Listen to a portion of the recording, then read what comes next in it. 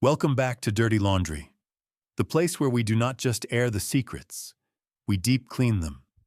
Everyone has a little something they want to hide, a stain they cannot quite wash out. But here we totally embrace the mess. We dive into the most scandalous stories, hidden truths, and ultimate unfiltered drama. Grab your popcorn, sit back, and get ready. Because today our cycle is about to spin out of control. Do not forget to hit that subscribe button before we uncover what is really in the basket. A man can spend his whole life learning that the deepest roots are the ones nobody can see. My name is Samuel Brooks.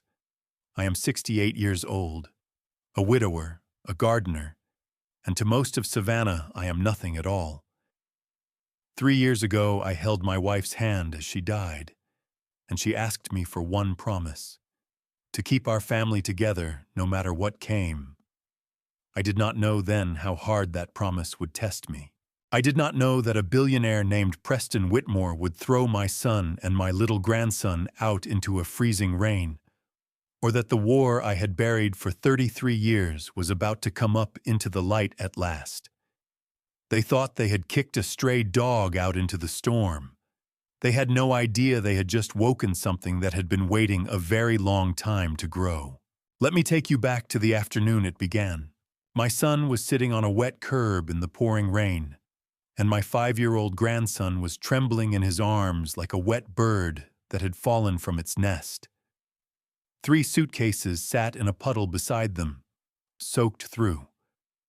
When I rolled down the window of my old Chevy pickup, the one with the cracked dashboard and the engine that coughs like an old smoker, Daniel looked up at me. His eyes were red, and I knew right away that the rain was not the only thing falling down his face. He said 3 words that no father ever wants to hear.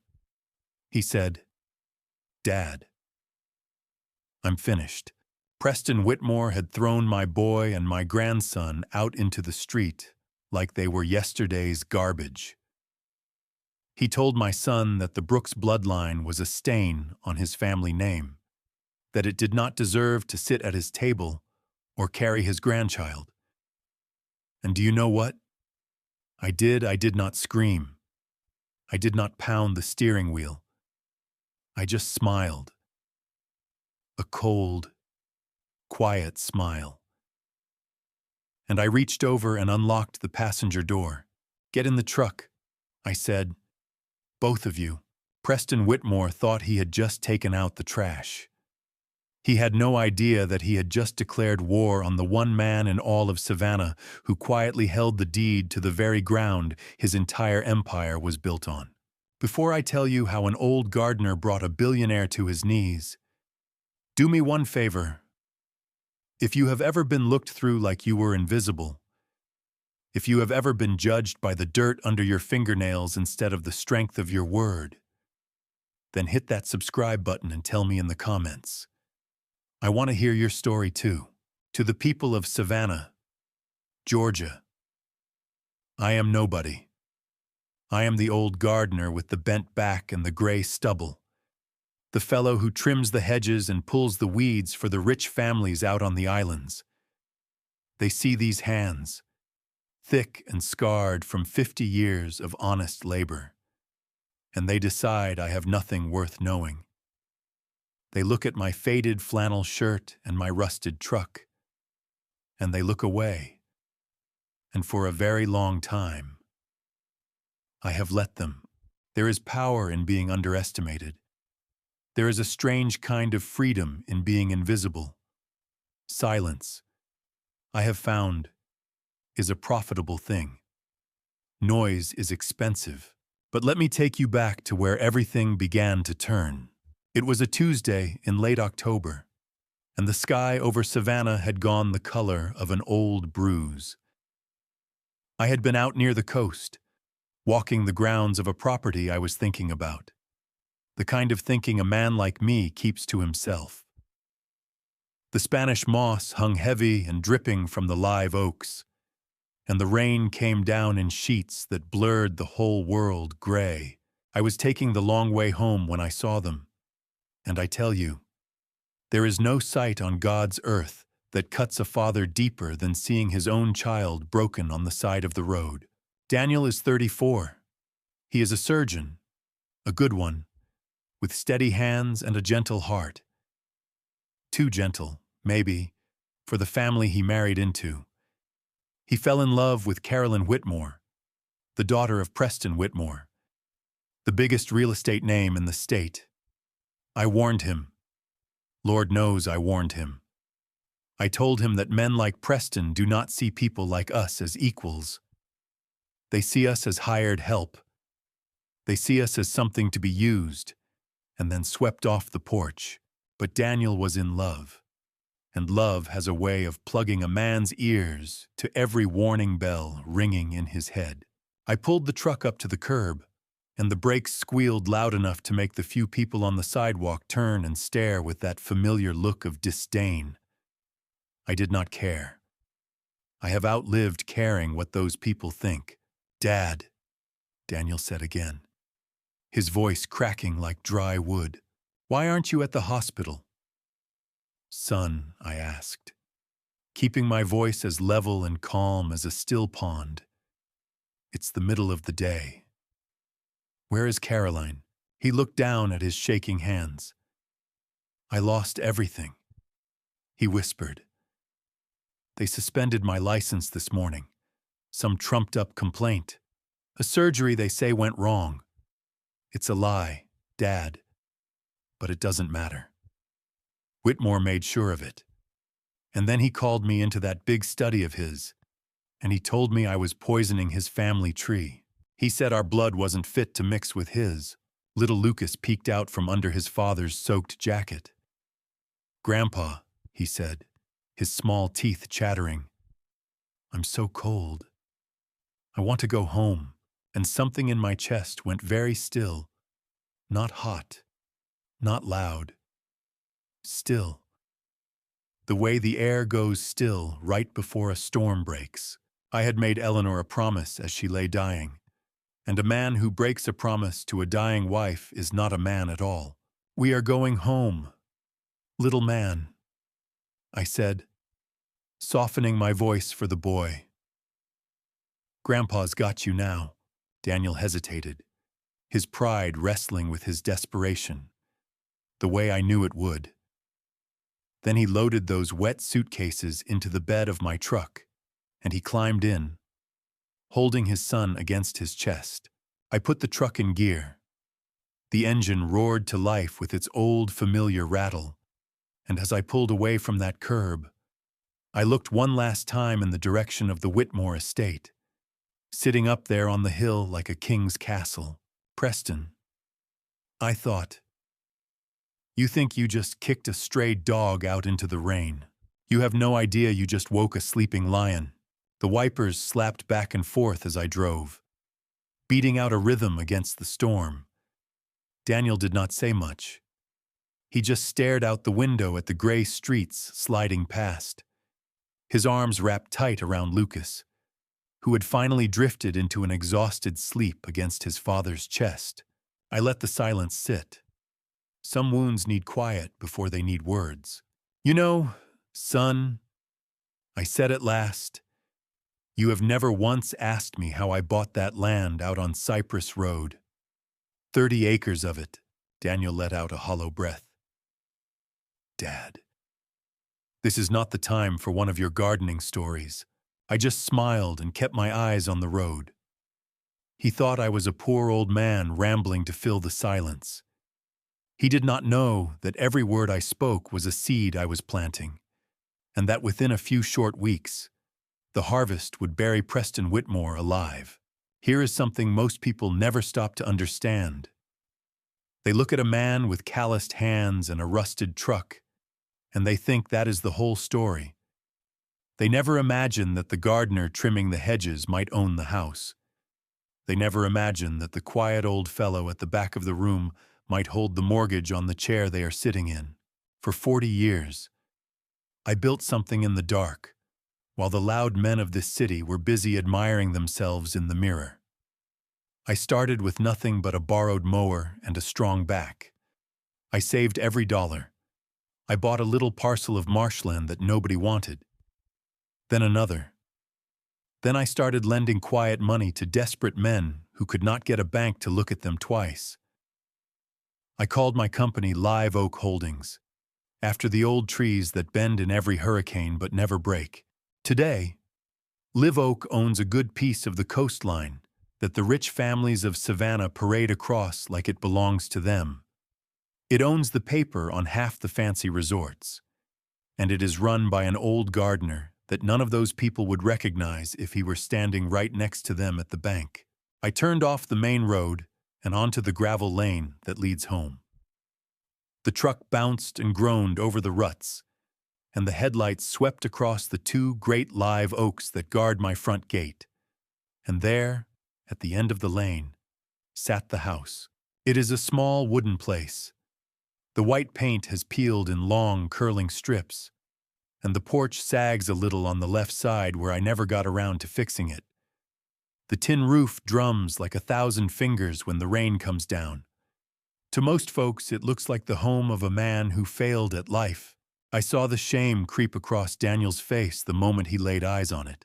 He was thinking about the marble floors he had just been thrown out of.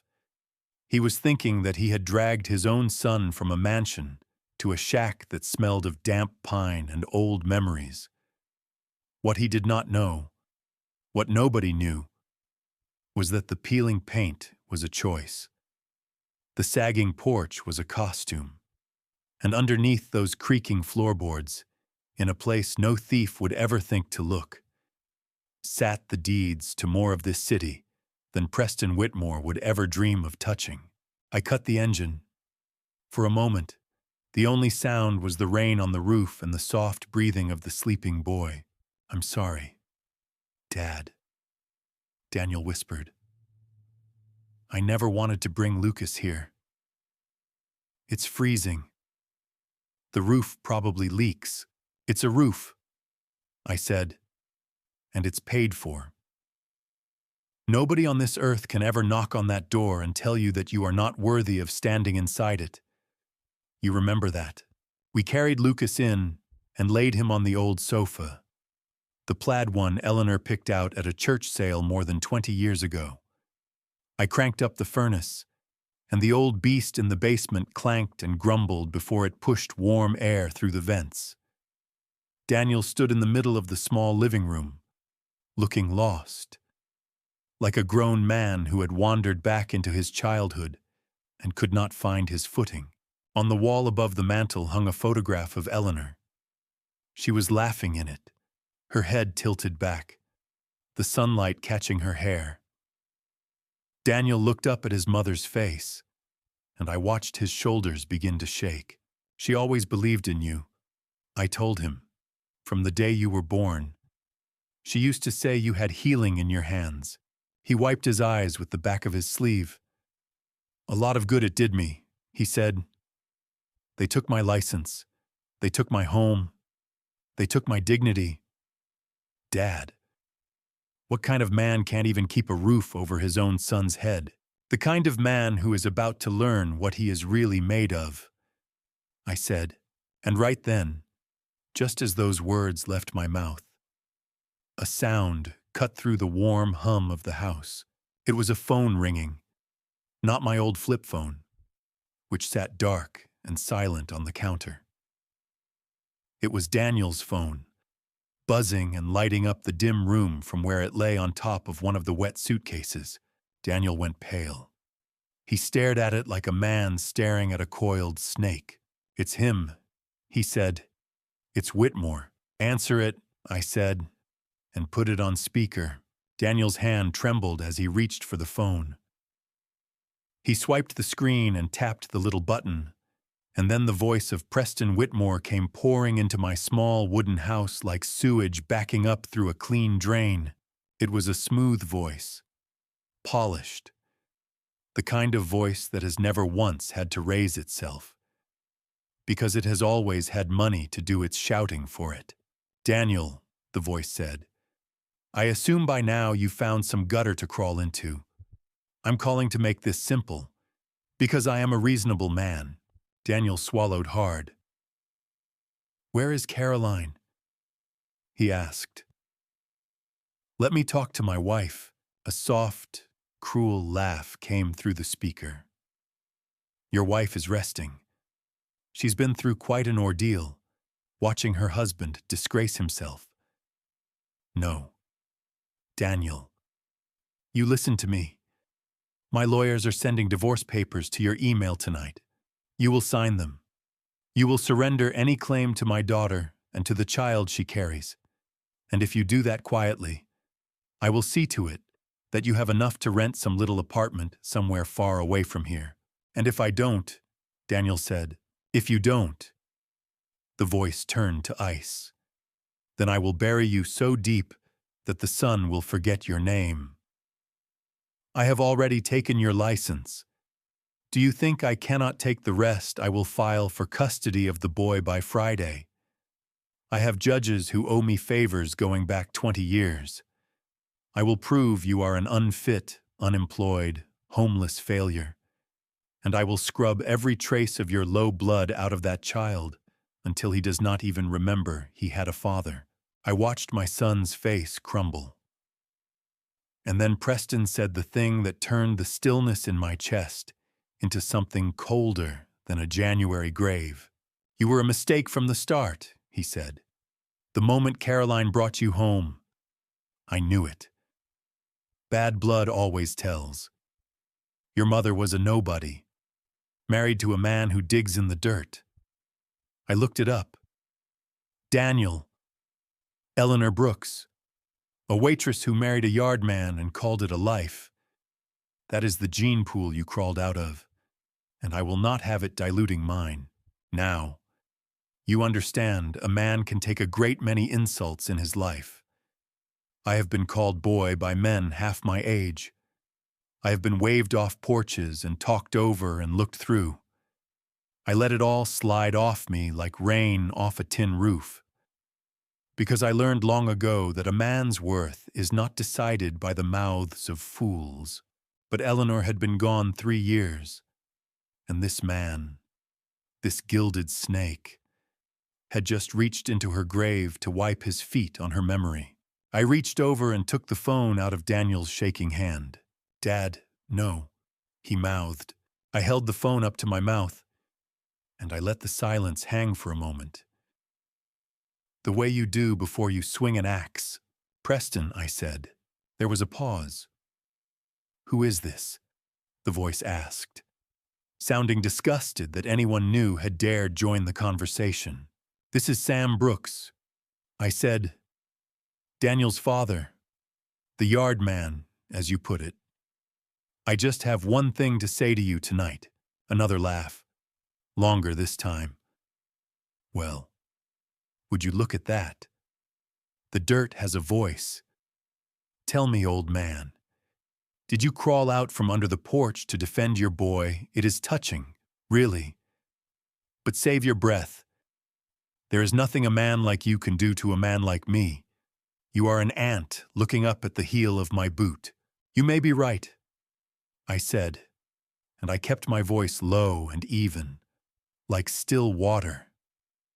But I want you to remember something. You spent your whole life looking down on people. And the trouble with a man who only ever looks down is that he never sees what is coming up underneath him. You speak in riddles, old man. I don't have time for the philosophy of gardeners. That's all right, I said. You'll understand it soon enough. You spoke my wife's name tonight. Preston. Eleanor.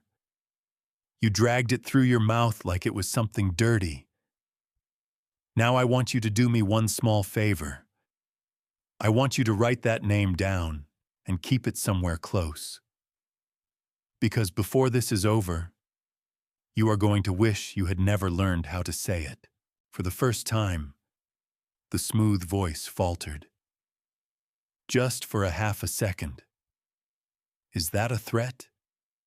He said. No, I said. It's a weather forecast. There's a storm coming, Preston, and you built your whole life standing in the lowest valley in the county. The line went dead.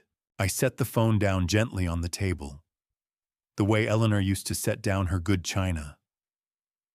And then the silence rushed back into the room, thick and heavy, broken only by the rain on the roof and the soft, untroubled breathing of my sleeping grandson. Daniel was staring at me like he had never seen me before in his life. "Dad," he whispered. "What was that? You can't talk to a man like Whitmore that way. He'll come after you too. He'll take the house, the truck, everything. We have nothing to fight him with. He's a billionaire, and we are sitting in a shack in the rain." I looked at my son. I looked at the dark phone on the table, and I thought about the long road that was about to begin. "Get some sleep, son," I said, rising slowly to my feet, my old knees cracking in the quiet. "Tend to your boy. Tomorrow. You go out and you hold your head high." "And where will you be?" he asked. "I'll be making a phone call of my own," I said. I walked down the narrow hall to my bedroom and closed the door behind me, soft as a whisper, so I would not wake the boy. It is a plain room, a single bed, a dresser Eleanor and I bought the year we married, a wooden cross on the wall above the headboard. It is the room of a man who has learned that he needs very little to be at peace. Daniel always thought it was the room of a man who had nothing. He never understood that the two things are not the same. I knelt down beside the bed. My knees popped like green wood in a fire, and I let out a small grunt. There are mornings now when getting out of a chair feels like a full day's work. The body keeps its own ledger, and after 68 years, the bill comes due in aches and slow afternoons. The young men at the hardware store look at me and see a relic. They sigh when I count out my change too slowly. They have no idea that the slow old hand counting out quarters has signed papers that move more money in an afternoon than they will see in 3 lifetimes. I reached under the bed frame and slid out an old shoebox, gray with dust. To any thief, to any stranger, it would look like junk. A box of old work boots from a sale long forgotten. I set it on the quilt and lifted the lid. Inside, there were no boots. Nestled in a bed of black foam sat a satellite phone, heavy and black, the kind of device that heads of state carry, the kind that finds a signal where ordinary phones go silent. Beside it lay a small ledger bound in worn leather, its pages filled with my own cramped handwriting. Names, numbers, debts. The quiet architecture of 40 years, and beneath the ledger, folded and yellowed with age, was a single photograph I had not let myself look at in a very long time. I picked it up. My hands, I will confess to you, were not quite steady. It showed a stretch of coastline, marsh grass bending in the wind, a crooked dock reaching out into the water, and a small weathered house with a tin roof, much like the one I sit in now. A young man stood in front of it with his arm around an older man, both of them squinting into the sun. The young man was me. The old man was my father. That land is gone now. They built a great glittering thing on top of it, all glass and gold, and they called it Whitmore Shores. Preston Whitmore stands on it and tells the world he is a visionary. He does not know the ground he stands on was stolen. He does not know whose family wept when they lost it. But that is a story for another night. I set the photograph aside, gently, and I picked up the satellite phone. I pressed the power button, and the screen glowed a soft green in the dark room, lighting up the lines of my face. It searched the heavens for a moment, reaching up past the storm clouds to something steady and waiting above them. Signal acquired. I dialed a number I keep in my head and nowhere else. It rang once, twice, and then a crisp, alert voice answered. The voice of a man who had clearly been pulled from his bed, but knew better than to complain about it. "Mr. Brooks," the voice said. "Marcus, this is a surprise. Is everything all right?" Marcus Hale has been my attorney for going on 18 years. He is the only soul in the state of Georgia who knows the whole of what I am. He keeps my secrets the way a priest keeps a confession, and I pay him very well to do it. "No, Marcus," I said quietly. "Everything is not all right. A man put his hands on my family today. He threw my son and my grandson out into the rain, and then he reached into Eleanor's grave with his filthy mouth." There was a pause on the line. Marcus had been at Eleanor's funeral. He understood exactly what I was telling him. "What's his name?" Marcus asked. His voice had changed. The sleep was gone out of it. "Preston Whitmore," I said. I heard him exhale slowly. "The real estate man? He's overextended. Sam, badly. That resort project of his. Whitmore Shores. It's bleeding money. He borrowed against everything to keep it standing. The man is a house of cards in a high wind. Then I want you to do something for me," I said. "I want you to start buying his debt. Quietly. Use the offshore accounts. Find every bank that holds a note on that man, every loan, every lien, and I want you to buy the paper. I want to own the roof over his head. I want to own the chair he sits in. I want to own the very air that arrogant fool breathes." "Sam," Marcus said carefully, "you understand what you're asking. That kind of move will mean liquidating positions. It will mean exposing Live Oak to people who have spent 40 years assuming you don't exist. There is no quiet way back from this." I looked at the photograph of my father lying on the quilt, squinting into a sun that set on him a long time ago. "I'm tired of being quiet." "Marcus," I said. He was silent for a moment. Then he said, simply, "It will be done. I'll start tonight." "One more thing," I said. "There was a complaint filed against my son at the hospital. A surgery. They're saying went wrong.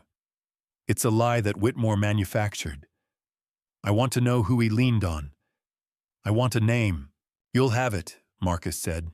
I ended the call. The green light died, and the room went dark again, lit only by the gray of the storm in the window.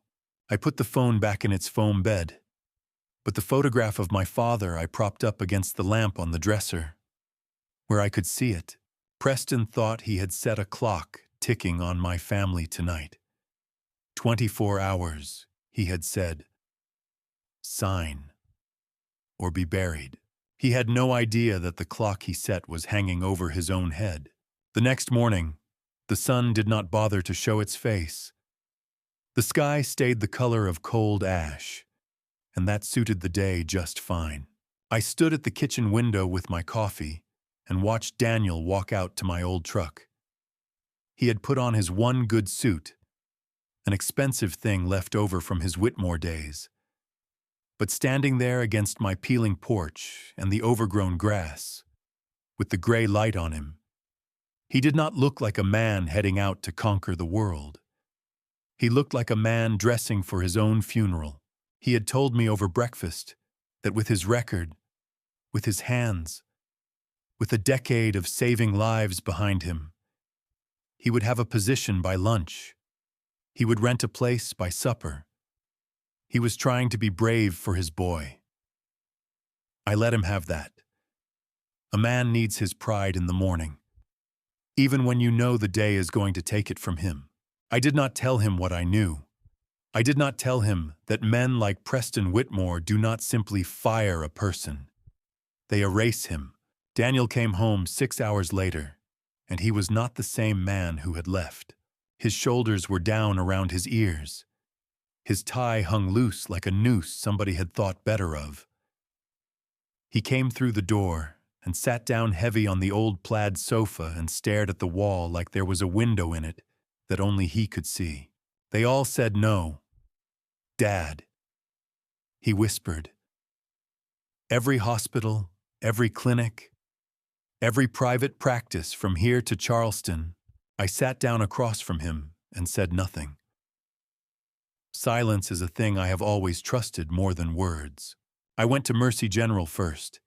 He went on, his voice gone hollow. The chief of surgery there used to call me his best young hand. He used to invite me to his lake house. Today his secretary wouldn't even let me past the front desk. And when I pushed, he came out himself, and he wouldn't look at me. He just said, "Daniel, I'm sorry. My hands are tied." And then he said the name, Whitmore. He said Whitmore had called every administrator in the region this morning, said that any institution that so much as interviewed me would lose every Whitmore contract and every Whitmore donation by the end of the week. That is how a wealthy man kills you. He does not need a gun. He just needs a telephone and a list of people who are afraid of him. "There's more," Daniel said, and now his voice shook. "The complaint. Dad. The one that took my license. I finally got a colleague to tell me what's in the file. They're saying I operated on a patient while impaired, that I made a fatal error and tried to cover it up. It's a complete fabrication. The patient they named, I never even treated him. But there are signatures on that report. Witnesses. People I worked beside for years, swearing to a lie." He buried his face in his hands. "I have a daughter coming," he said into his palms. "Caroline's pregnant. Dad. And locked up in that house. And I can't even get a job sweeping floors at a clinic. What kind of man can't provide for his own child?" I let him sit in it for a moment. Then I leaned forward. "Daniel," I said, "look at me. Those people who signed that report. The colleagues who lied. Do you believe in your heart they wanted to?" He lifted his head, his eyes red. "No," he admitted. "Some of them. I could see it killing them. Old Dr. Pruitt. He wouldn't even meet my eyes. His hands were trembling when he handed me the door. A man does not betray a friend he loves unless someone has him by the throat. I said, "Whitmore did not buy those signatures. He squeezed them out. And anything that can be squeezed out of a frightened man can be given back by a man who is no longer afraid." Daniel looked at me, confused, the way he always did when I said something that did not fit the picture he had of his poor old father. "Get some rest, son," I said. "Go lie down beside your boy." He went, and after a while the house went quiet, the deep quiet of the small hours, and I sat alone at the kitchen table with the single lamp burning. I had a name now. Marcus had sent it to me that afternoon. 3 short words on the satellite phone. The man who had organized the lie against my son was a hospital board member named Carl Renner, a man drowning in gambling debt that Preston Whitmore had quietly bought up and was now using as a leash. I sat there a long while, turning it over, and then I rose and went to my bedroom, and I knelt down again and slid out the gray box. I did not take out the phone this time. I took out the photograph, the coastline, the crooked dock, my father, squinting into a sun that had set on him in grief, because the men who took our land had taken his spirit along with it. I have spent 40 years telling myself I built all of this for my family. And that is true. But sitting there in the lamplight, holding my father's faded face in my old scarred hands, I let myself admit the other half of it. Some of it, I built for this. For a reckoning I always knew, somewhere deep, would come walking up my gravel road one rainy afternoon. You waited a long time, Dad, I said softly to the photograph. It won't be much longer now. It was somewhere past 2 in the morning when the phone rang again. This time it was not Daniel's phone, and it was not my flip phone, and it was not the satellite line. It was the old landline bolted to the kitchen wall, a yellowed thing that had not rung in so long I had half forgotten it could. The sound of it tore through the dark house like a scream. Daniel was off the sofa and into the kitchen before I had even gotten to my feet. He snatched the receiver from the wall. "Hello?" he said, his voice thick with sleep and fear. I came around the corner just in time to hear the sound that came back through that line. It was not a voice so much as a sob, small and swallowed. The sound of a person trying very hard not to be heard. "Daniel, it's me," Caroline whispered. "Don't say my name out loud. Please." Daniel gripped the receiver so hard his knuckles went white. "Caroline, where are you? Are you all right? Is the baby all right?" "I'm in the old maid's room at the back of the house," she said. "I borrowed a phone from one of the staff. Daniel, he's keeping me here. The doors are locked from the outside. There are bars on the downstairs windows. The ones Daddy always said were for hurricanes." "What is he doing to you?" Daniel said. His whole body had gone rigid. "He brought a doctor here tonight," she said, and the words came out in a rush now, like water through a cracked dam. "A private doctor. Not for a checkup. Daniel. He wants me to end the pregnancy. He says he won't have another drop of Brooke's blood born under his roof. He says if I refuse, he'll have me declared mentally unfit. He'll say the stress broke me. He has the papers ready. He's giving me until the morning to choose between my baby and my freedom." I watched my son's face do something I had never seen it do before. I watched a gentle man turn to stone. A sound came up out of Daniel's chest, low and terrible, the kind of sound an animal makes when it is cornered. He slammed the receiver down on the counter, but he left it on, and Caroline's frightened breathing kept coming through it into the dark kitchen. "I'm coming for you," he said. "I'm coming right now. I'll tear that house down with my bare hands. I'll kill him. Caroline. I swear before God I'll kill him." And he was already moving. He was reaching for the keys to my truck, his eyes wild and blind. Every ounce of the careful, patient man I raised burned away in an instant. He was going to drive up that hill and beat Preston Whitmore to death on his own marble steps. And he would spend the rest of his life in a cell for it. Which is exactly what Preston wanted. "Daniel," I said, "stop." He did not hear me. His hand closed on the keys. I moved faster than a man my age has any right to.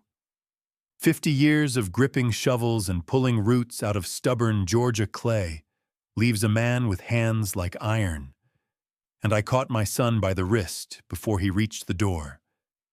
I turned him around and put him against the wall, not gentle about it. "Let me go," he said, struggling. "He's going to murder my child. Let me go." "Dad, you walk out that door swinging your fists," I said, low and hard, right into his face, "and you lose everything.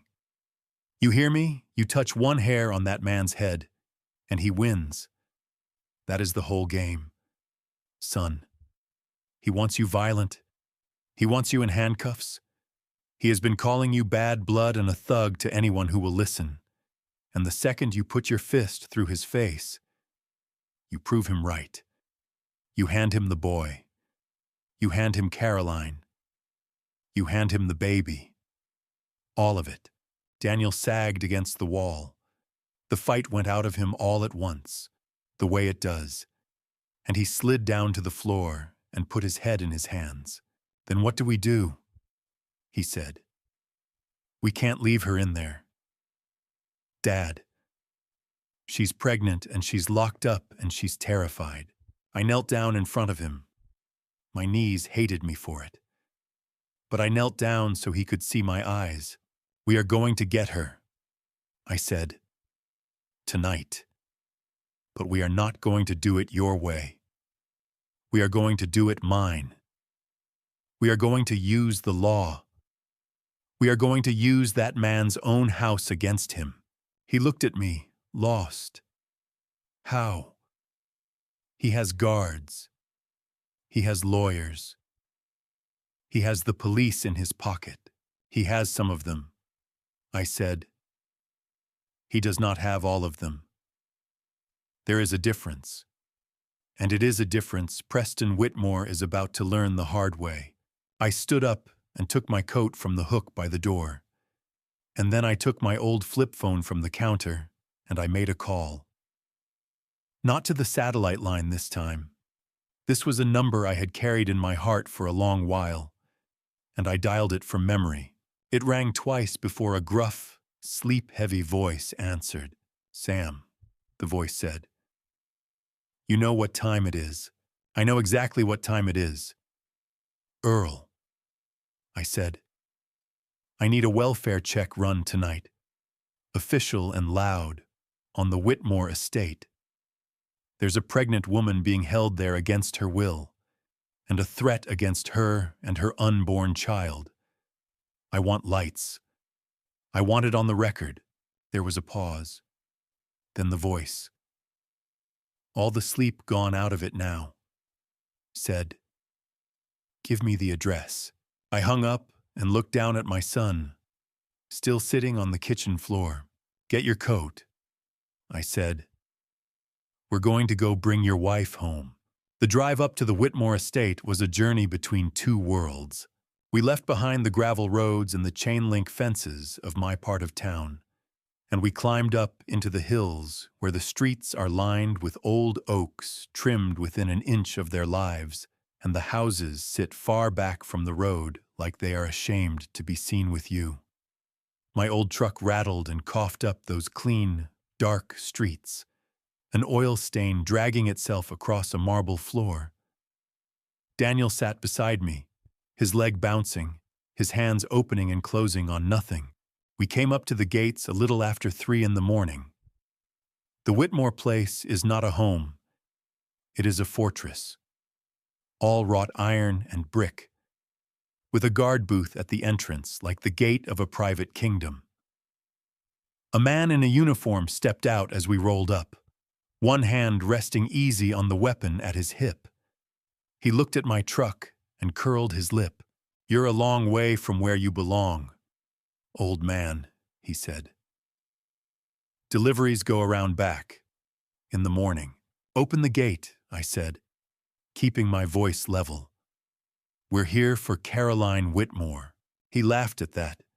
"You must be the gardener I've heard about. Mr. Whitmore said you'd come sniffing around. Turn that piece of junk around before I have it towed with you in it." Daniel leaned across me toward the window. "My wife is in there," he said, his voice shaking with the effort of holding himself together. "Let me see my wife." The guard's hand tightened on his weapon.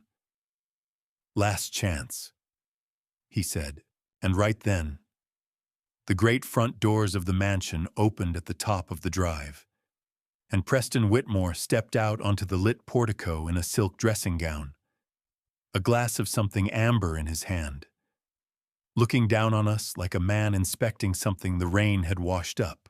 "Well," he called out, his voice carrying easily across the courtyard. the dirt, and his offspring. Come to grovel at this hour, my daughter is resting. She has a difficult morning ahead of her. You're not welcome here. You were never welcome here. Let her go. Whitmore! Daniel shouted, shoving open the truck door and stepping out into the cold. Preston took a slow sip of his drink. She doesn't want to see you, boy. She's come to her senses. Guard, get them off my property. Use whatever you have to. The guard stepped forward and drew his weapon halfway from its holster. I looked at my watch. It was a cheap thing, a drugstore watch, but it kept good time. 3, 2, 1, and then the night lit up. Not one set of lights, 3, blue and red, flashing and sweeping across those manicured hedges, and the wail of sirens came rolling up the hill. 3 county cruisers came around the bend and pulled in tight behind my truck, boxing us in, boxing all of us in. Preston's face, lit up red and blue, went slack. What is the meaning of this? He sputtered, the smoothness gone right out of his voice. A big man climbed out of the lead car. Earl Dawson has been the sheriff of this county for 11 years, and I have known him a good deal longer than that. He walked past my truck, tipped his hat at me, just barely, and looked up at the man on the portico. Mr. Whitmore, Sheriff Dawson said, we received a credible report that a pregnant woman is being held against her will at this address, and that threats have been made against her and her unborn child. We're here to do a welfare check. Open the gate. This is my home, Preston said. That is my daughter. You have no right. I have a sworn report and a judge on the phone who will have a warrant signed in 4 minutes if you make me wait. Dawson said, open the gate, or I open it for you. And the press, I imagine, is already on its way, will get to watch.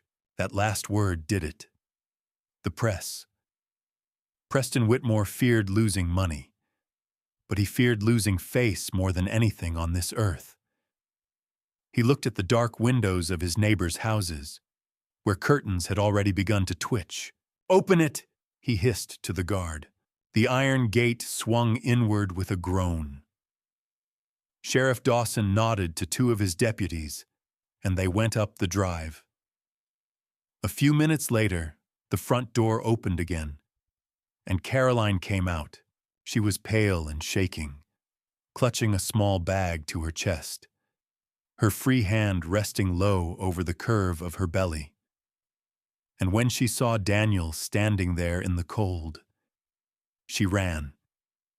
She ran past her father, past the guard, down that long drive, and she did not stop until she had thrown herself into my son's arms. They held each other and wept, the 2 of them. There in the flashing lights, Preston stood frozen in his doorway, his face twisting into something ugly. He pointed a shaking finger at his daughter. If you get in that truck, he screamed, his voice cracking. You are dead to me.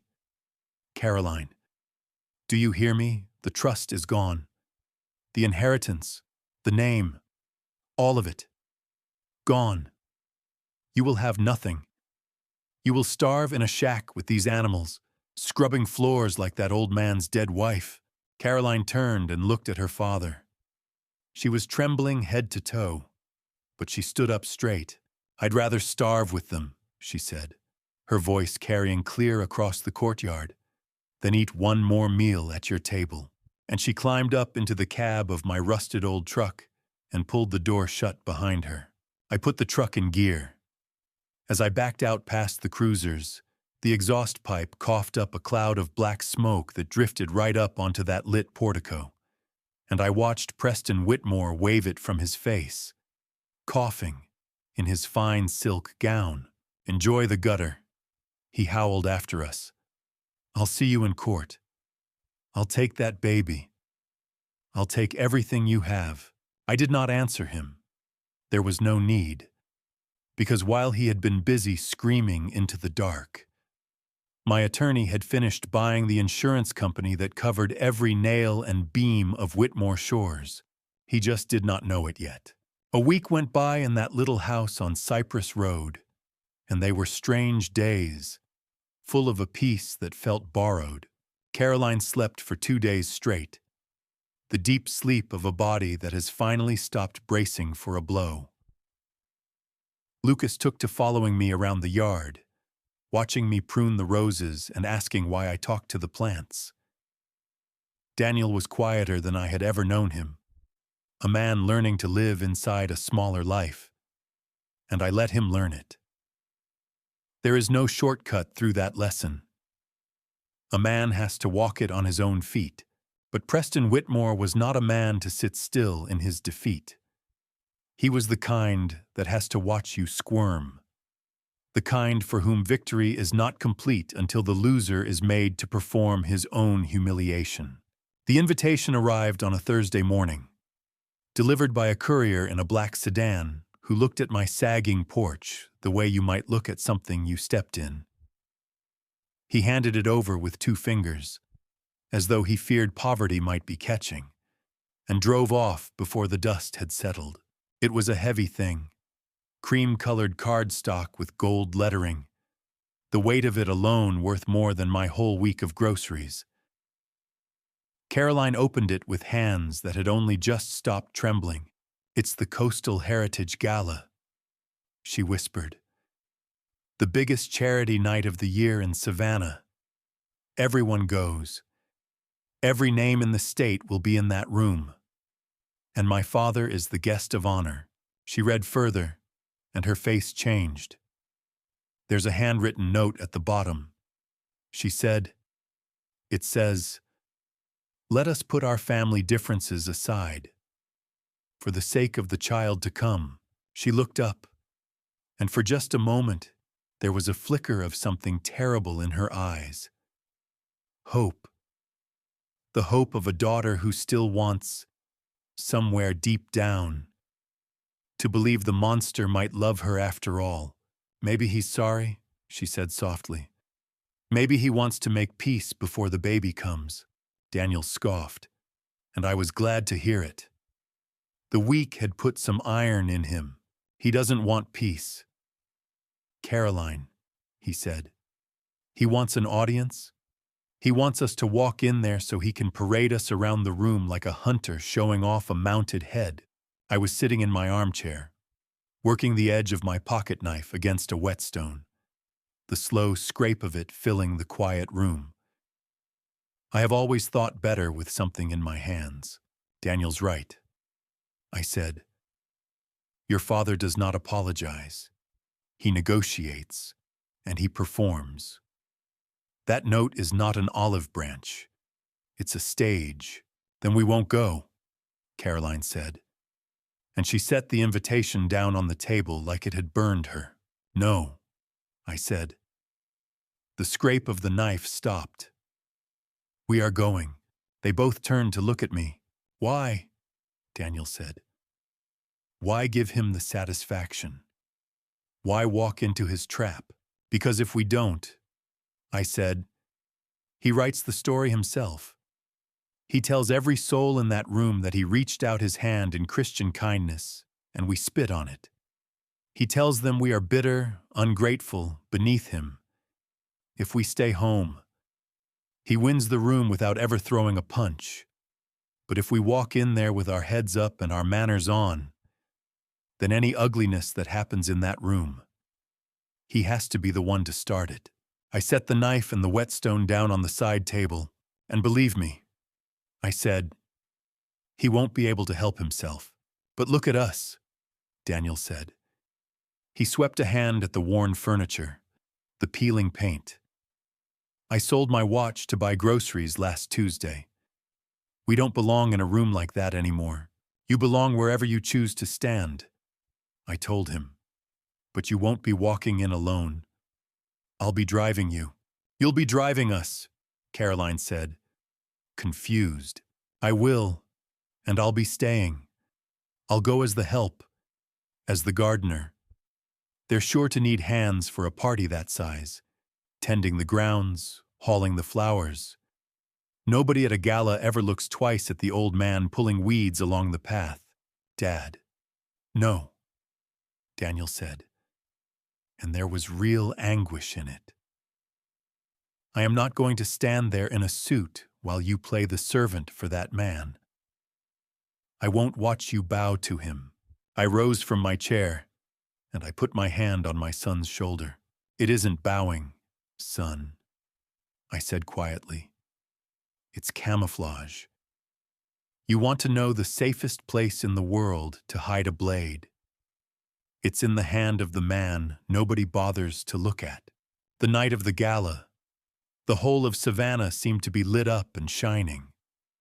We took a modest rented sedan, paid for in cash, and I drove it up to the grand entrance of the old Harrington Hotel downtown, where valets in white gloves were parking cars worth more than the houses on my street.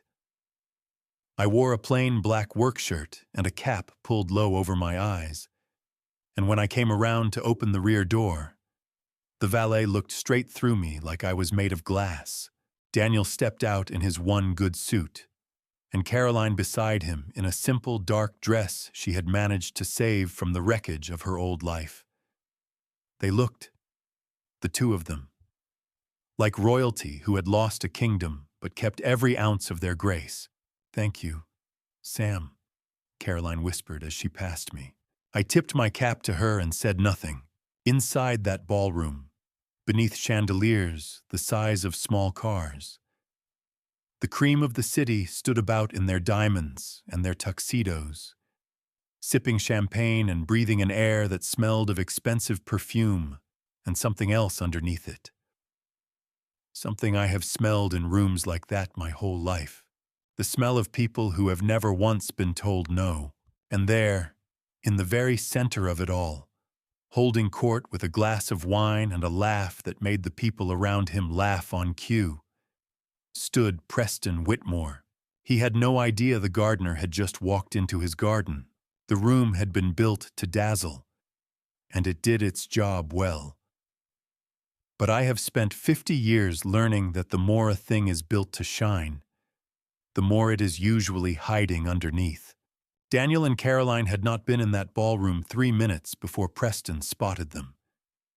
He had been watching the door. Of course he had. The whole evening was a play, and he had written every line of it. Ah, he called out, his voice carrying over the string quartet and the clink of glasses.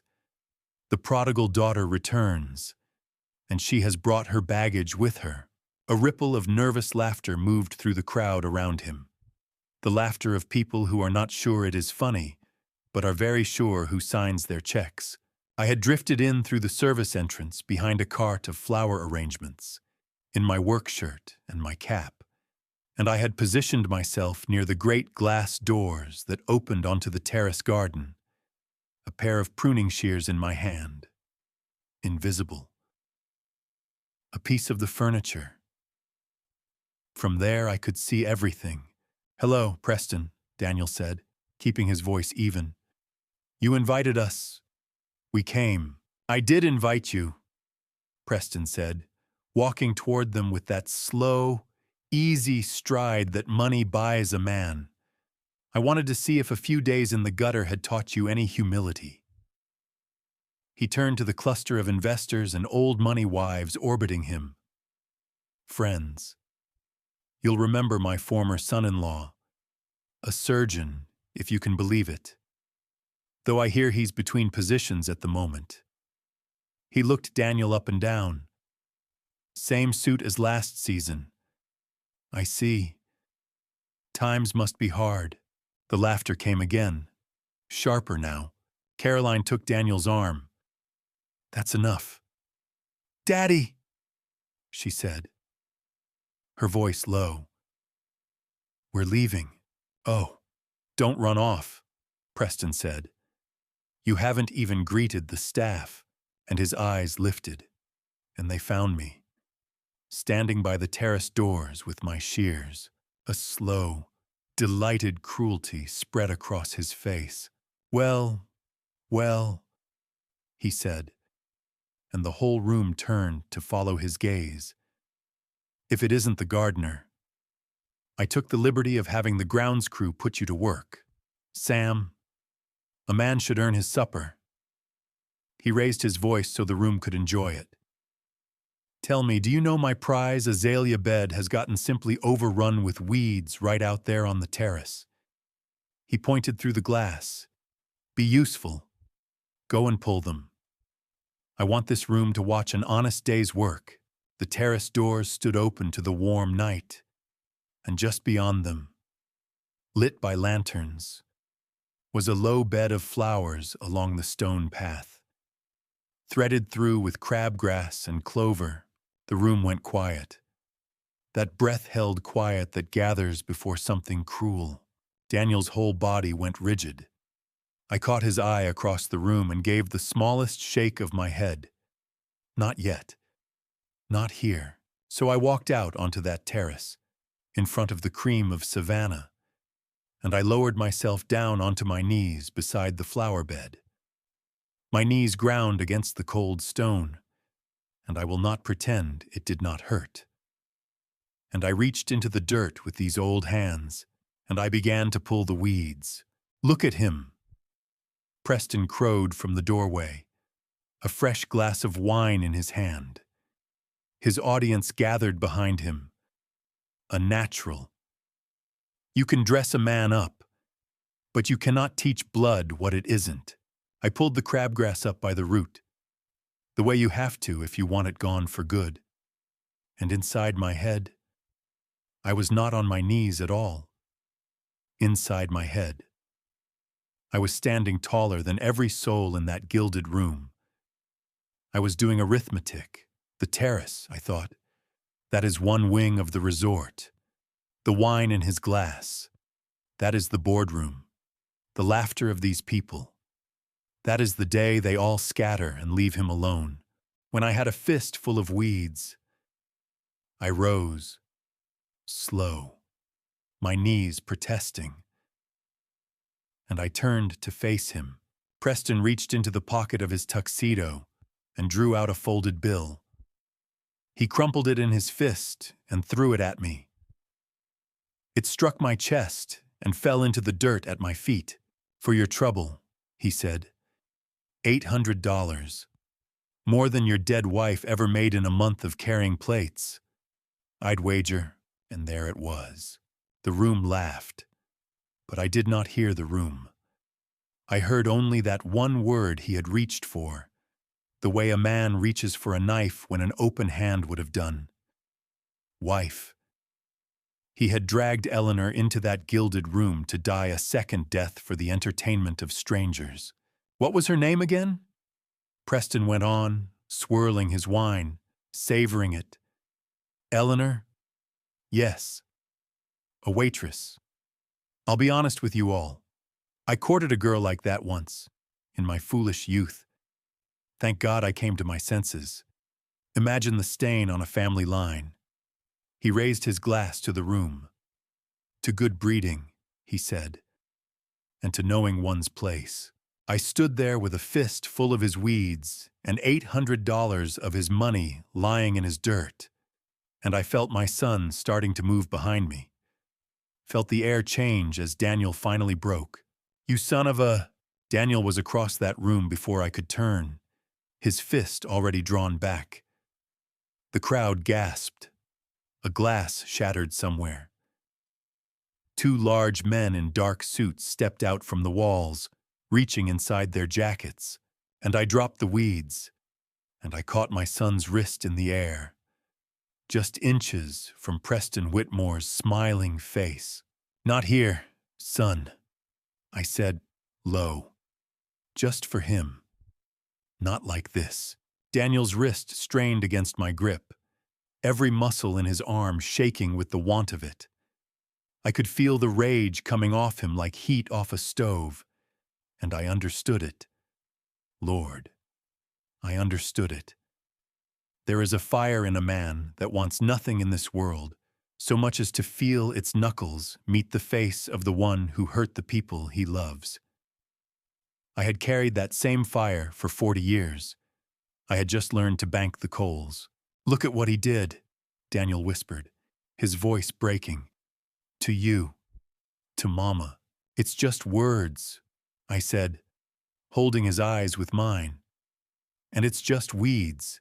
And it's just dirt. It washes off. Son.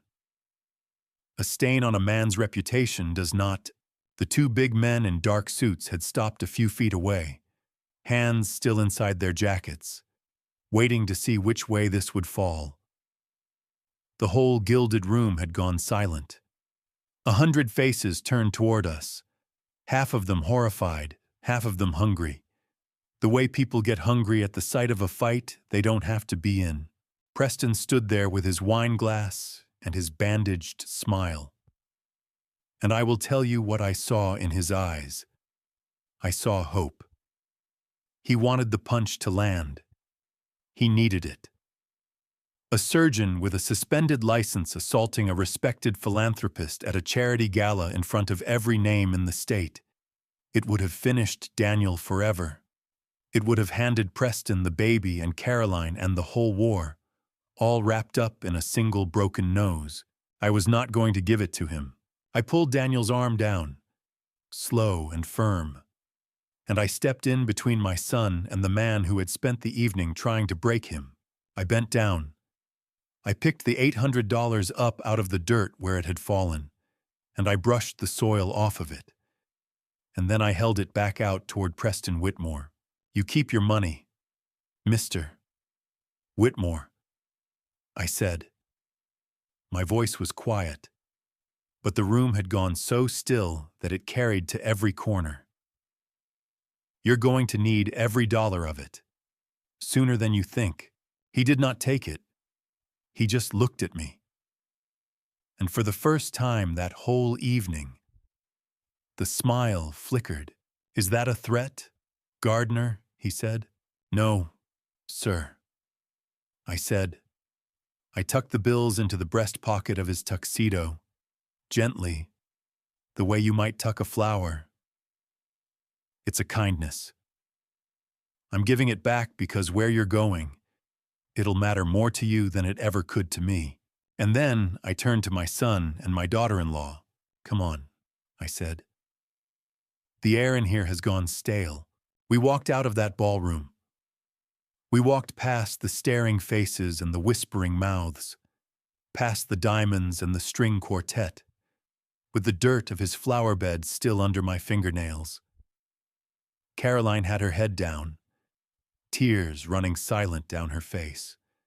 Daniel walked stiff as a fence post, his fists still clenched, the fight still smoldering in him.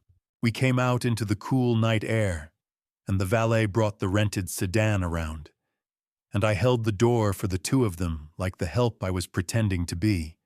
And it was only when we had pulled away from those bright lights, only when the hotel had shrunk small in the mirror, that Daniel finally spoke.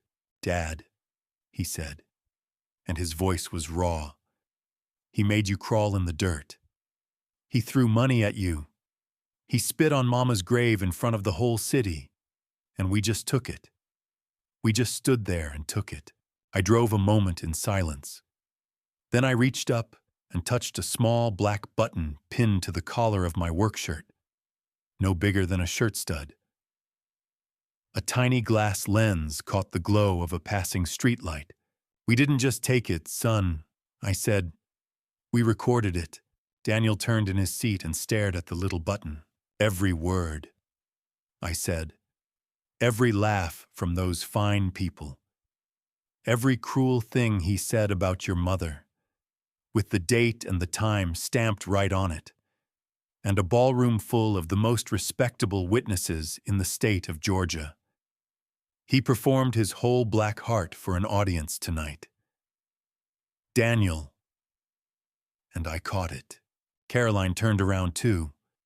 Her tear-streaked face caught between disbelief and something that was just beginning to look like hope. "You planned this," she said softly. "You knew he couldn't help himself." "I knew," I said. "I kept my eyes on the road." The marsh was off to our left now, the water black and still under the moon. And somewhere out past it sat the lights of Whitmore shores, glowing on a stretch of stolen ground. "There's something else you should know," I said, "while your father was up there on his stage tonight, playing the great man for all those people." My attorney finished his work. As of about 9 o'clock this evening, every loan, every note, every red cent of debt that Preston Whitmore owes in this state, it belongs to me. The car went very quiet. "You," Daniel said. The word came out barely a breath. "Me," I said. "But how?" He said. "The truck, the house, the shears in your hand an hour ago. Dad. You were on your knees pulling his weeds." I let a small smile come, the first one I had let myself have all night. "A man can be on his knees in a flower bed, son," I said, "and still own the ground the whole house is built on." Preston Whitmore looked at me tonight and saw $800 worth of cheap labor.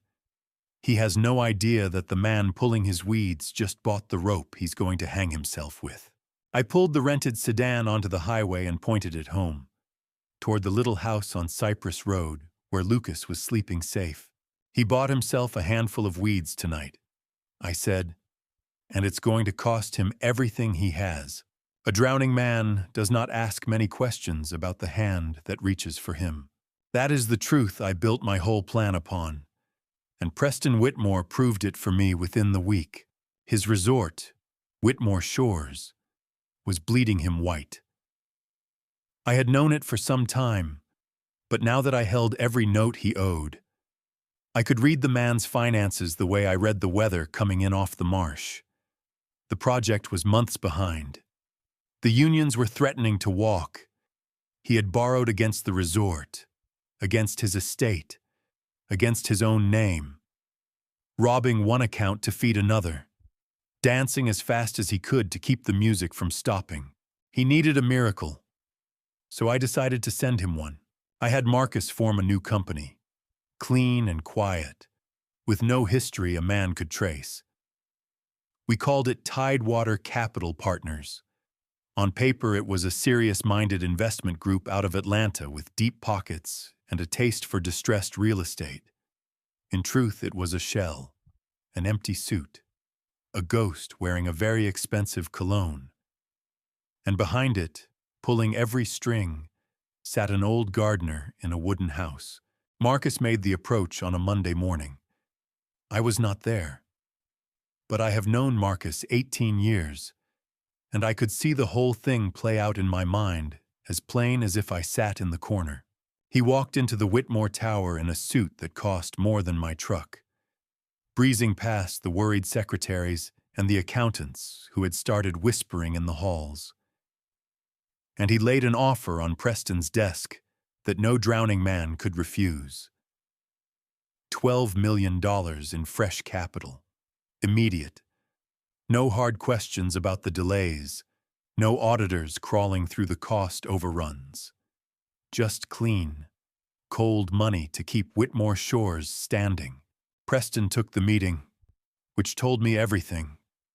A man like that does not sit down with strangers from Atlanta unless he can already feel the water closing over his head. That same afternoon, Daniel found me out in the yard, repotting a young live oak I had been nursing along in a bucket. He came across the grass fast, his face pale, and I knew the news had reached him. "Dad," he said. I saw him. I was downtown picking up Caroline's prenatal vitamins, and Whitmore was coming out of the bank. And he saw me, and he stopped, and he laughed. He looked happier than I've seen him in months. "What did he say?" I asked, though I already knew the shape of it. "He said I should get used to manual labor," Daniel said, his jaw tight. "And then he told me he's saved. He said some firm out of Atlanta is putting $12 million into the Shores. He said with that money behind him, He's going to buy up every job a man like me could ever hope for, just to make sure I never work again. He said he's going to take Lucas and the new baby both, and bury me so deep I'll never climb out. He kicked at a clump of grass. We waited for him to fail, Daniel said, the bitterness raw in his voice, and he wriggled out of it. The rich always do. Some other rich man came along and bailed him out. I patted the soil down around the roots of the little oak, firm and even, the way you do when you want a thing to last 100 years. Stand here a minute, son, I said. Let me tell you something about money. He stood. Money is not always a lifeline. I said, sometimes it's a leash, and sometimes it's an anchor dressed up to look like a life raft. Your father-in-law thinks he just found a partner. What he really found is a new owner. He just hasn't read far enough into the contract to know it yet. Daniel stared at me. Then understanding crept across his face. Slow, like the sun coming over the marsh. Tidewater, he said. The Atlanta firm. That's you. That's me, I said. The signing was set for that Thursday in the big glass conference room at the top of the Whitmore Tower. Marcus told me about it after. Preston was a different man that day. He said, all the strut back in him, shaking hands like a king receiving tribute. But there was a clause in that contract, buried in the back, dressed up in the language lawyers use to put frightened men to sleep, to release the $12 million, given the risk and the delays. The investors required a personal guarantee. Preston was to pledge his private assets behind the loan, his estate, his art, his cars, everything that was his own.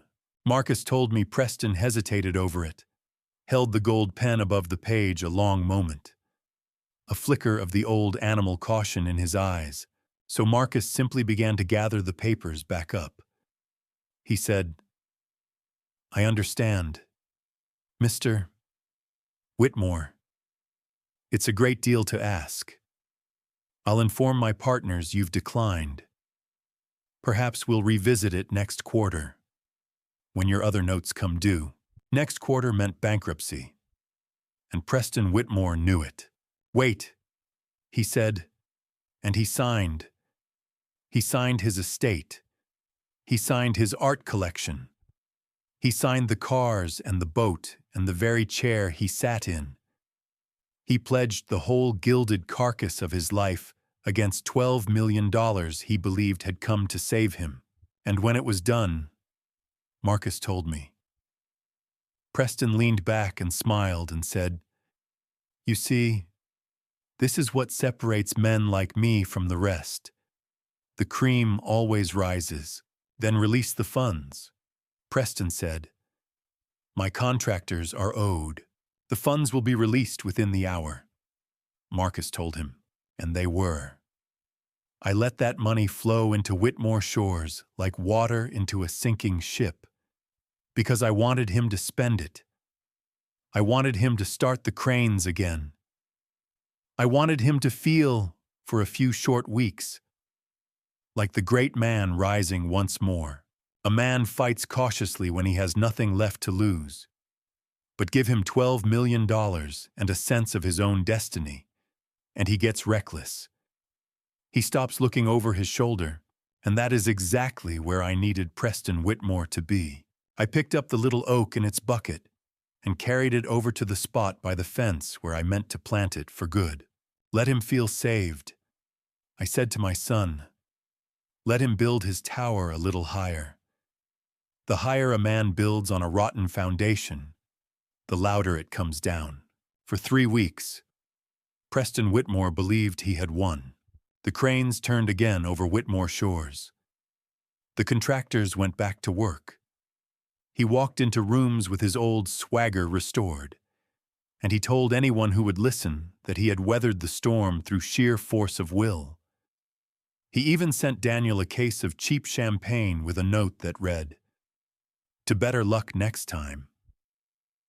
The cruelty of small men is a bottomless thing, but a secret as large as mine cannot stay buried forever. And Preston, flush with borrowed confidence, had grown curious about the angels from Atlanta who had saved him.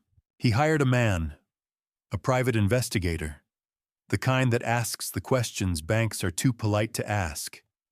And that man started pulling at the thread of Tidewater Capital Partners, and he kept pulling through the shell in Atlanta to another in Delaware, to an account offshore. Until at last the thread led him back across the marsh to a quiet holding company called Live Oak, and from Live Oak to a single name on a deed. Samuel Brooks.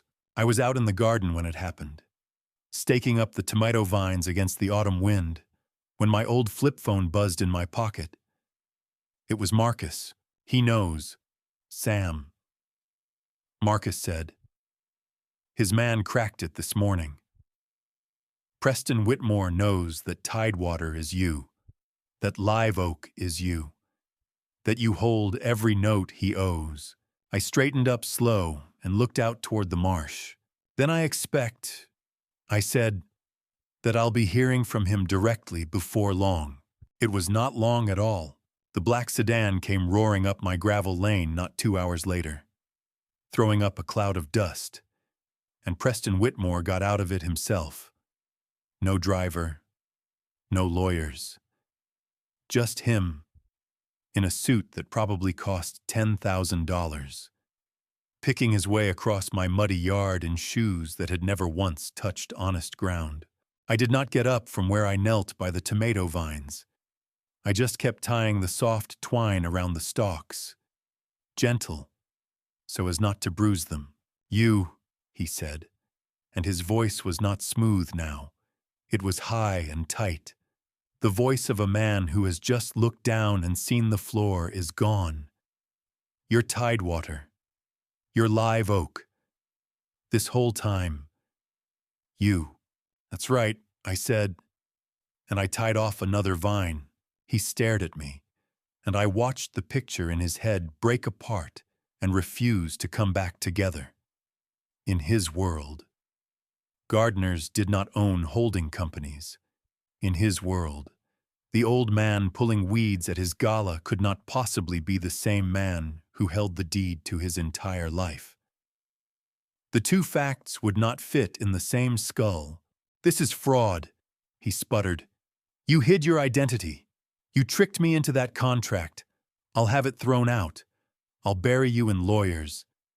You'll do nothing," I said, and I stood up, finally, brushing the dirt from my knees, and I looked him full in the face for the first time as the man I truly am. "Every dollar of that contract is clean. Preston, you read it, you signed it, you pledged your whole life against my money, because you were too proud and too desperate to ask who was saving you. No court in Georgia will help you, and you know it. So let's not waste the breath." The color drained out of his face. And then, the way a cornered animal does, he changed his shape. The fury collapsed into something oilier. "All right," he said, holding up his hands. "All right. Sam, I see I've misjudged you. Badly. We're two of a kind. You and I, self-made men. Why should we tear each other apart?" He took a step closer, lowering his voice like we were old friends. "Name your price. You want a seat at Whitmore Shores. You want the development. It's yours. We'll be partners. Real partners. There's no need for any of this ugliness over a little family squabble." "A little family squabble," I said. He heard the change in my voice and stopped. "You threw my son and my grandson into the rain," I said quietly. "You manufactured a lie that took my boy's life's work.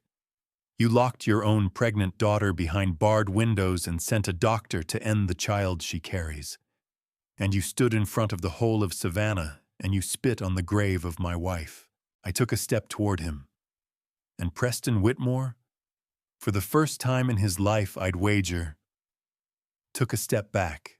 And now you stand in my yard, I said, and you offer me a seat at your table, as though this were ever about a table. His face hardened then, the mask falling away, the true thing underneath showing through at last. Fine, he hissed. You want a war? Old man, you'll get one. You think a pile of money makes you my equal? I have spent 40 years learning how to break people, and I am very, very good at it. I'll tie your contracts up in court for a decade. I'll drag your name and your dead wife's name through every paper in this state. And that little family of yours, that son and that grandson and that bastard child on the way. I will bury every last one of them so deep that the worms won't find them. He was breathing hard, flecks of spit on his lips, and I understood that I was finally seeing him plain. He climbed back into his sedan and slammed the door, and he tore back down my gravel lane, throwing stones against the underside of the car.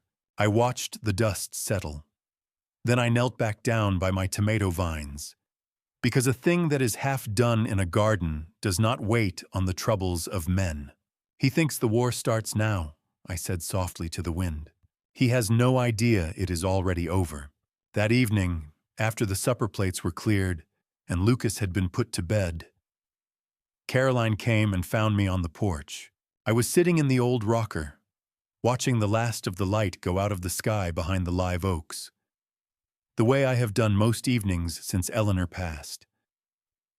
There is a peace in that hour that I have never found anywhere else. Caroline came out quiet, with a shawl around her shoulders and one hand resting on the swell of her belly, and she sat down in the chair beside me without a word. We sat together a while in the dark. Then she said, I heard my father here today. I was at the window. I heard what he said he'd do to us. He's frightened. I told her. A frightened man makes a great deal of noise. It doesn't mean much. It means he's running out of room, she said. And then she did something that surprised me. She reached into the folds of her shawl and brought out a thin manila envelope, worn soft at the edges from handling, and she held it out to me in the dark. I've been carrying this since the night you brought me out of that house, she said. I didn't know if I'd ever have the courage to give it to anyone. But after today, I think you're the only person alive who knows what to do with it. I took the envelope, but I did not open it. What is this? Caroline. She was quiet a moment, gathering herself. Everyone thinks I'm the helpless girl, she said. The princess in the tower. Daniel thinks it. My father certainly thinks it. But I grew up in that house. Sam. I grew up watching my father, learning the shape of him the way a child learns where the floor creaks so they can move through the dark without being heard. And I learned a long time ago that the things he kept locked in that study weren't there to protect us. They were there to protect him. She nodded at the envelope in my hands. 12 years ago, when I was 18, I found a key, and I went into the locked drawer in his study, the way a foolish, angry teenager does. And I found documents about a piece of land out on the coast, the land that Whitmore Shores is built on. Something went very still inside me, but it was not the stillness of surprise. I had carried the truth about that land as a wound my whole life. I knew whose ground that resort stood on. I knew whose father had wept for it. What I did not know, what I could never in 100 years have guessed, was that the proof of it had been sitting all this time in the hands of Preston Whitmore's own daughter. He didn't buy that land, she said, her voice barely above the sound of the crickets. He took it. There was a family that owned it, working people, and they fell behind on something. A loan. A tax. I never understood it all. And my father had papers drawn up. Forged papers. Sam. He pushed them off that land with documents that were never real. And he had a man in the county office who made it all look legal. The family fought it. There was a father who fought it for years, until it broke him. I have copies of all of it. The real deed, the forgeries, the name of the man he paid. I held that worn envelope in my two scarred hands, and I felt the whole long arc of my life bend toward this porch, this moment, this trembling young woman beside me. For 33 years, I had known the truth and been unable to prove a word of it. The originals had vanished into Preston's vaults. And here it was, handed back to me in the dark by the last soul on earth I would ever have expected to be holding it. The family that owned it, I said. And my voice did not sound quite like my own. Their name was Brooks, wasn't it? Caroline went still. She looked at me, and even in the dark I could see her trying to read something in my face. Brooks, she whispered. Walter Brooks. She drew a slow breath.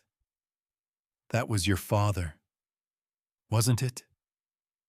Sam. I did not have to answer. She saw it in me, and I watched the last piece fall into place behind her eyes. The understanding that the gardener who had pulled her out of that locked house was the son of the man her father had broken. My God. She breathed. I didn't know. When I married Daniel, I swear before God I didn't know he was a Brooks. I didn't put it together until just now. Watching your face. She pressed her hand over mine on top of the envelope. But I think part of me has been keeping this my whole life for the day. Someone would finally make my father answer for it. I just never dreamed I'd be handing it to the family he stole it from. You've been gathering this since you were 18, I said. Since I understood the kind of man who raised me. She said, you are a braver woman than this family deserves. I told her. And I meant it down to the bone. We sat there a long moment. The two of us, holding the weight of it between us. My father had died believing that crime would never see the light. He died squinting into a sun that had set on him in grief, and he never knew that one day the proof of what was done to him would be placed in his son's hands by the thief's own child. And then, from inside the house, came a sound that froze the blood in my veins. It was a thin, wet, racking cough, and then a small, frightened cry. Grandpa. Daddy.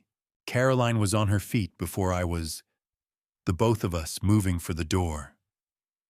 Daniel was already in the boys' room when we got there, on his knees beside the little bed, and Lucas was sitting up, tangled in the blankets, his face flushed a deep and frightening red. His small chest heaving with the effort of every breath. Daniel had his hand on the boy's forehead, and I saw the surgeon come up in him through the fear, cold and fast and certain. He's burning up, Daniel said. This isn't a normal fever. Listen to him breathe. Dad. His airway. Something's wrong. This is happening too fast. Lucas reached out for me with both arms, his eyes glassy and wild, and he tried to say my name and could not get the air to do it. Get him in the truck, I said. Now. The call came at 2:47 in the afternoon. Caroline's voice was breaking before she even finished my name. Lucas had collapsed at the kindergarten, his lips going blue, his small body fighting for air that would not come. By the time I reached Coastal General, they had him in the back, and Daniel, my son the surgeon, the healer, was standing in a hallway with his hands empty and useless, forbidden by his suspended license from touching his own dying boy. The doctors said it was his airway, something rare, something narrowing. And the one man in the state who could open it cleanly was a specialist named Dr. Owens.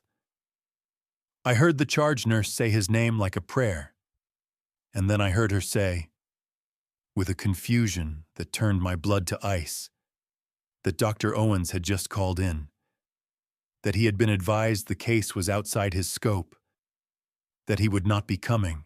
I have planted enough gardens to know when a frost has been sent on purpose. This was no accident. Somewhere, a hand had reached into that hospital and pulled the one root we needed, and I did not have to wonder whose hand it was.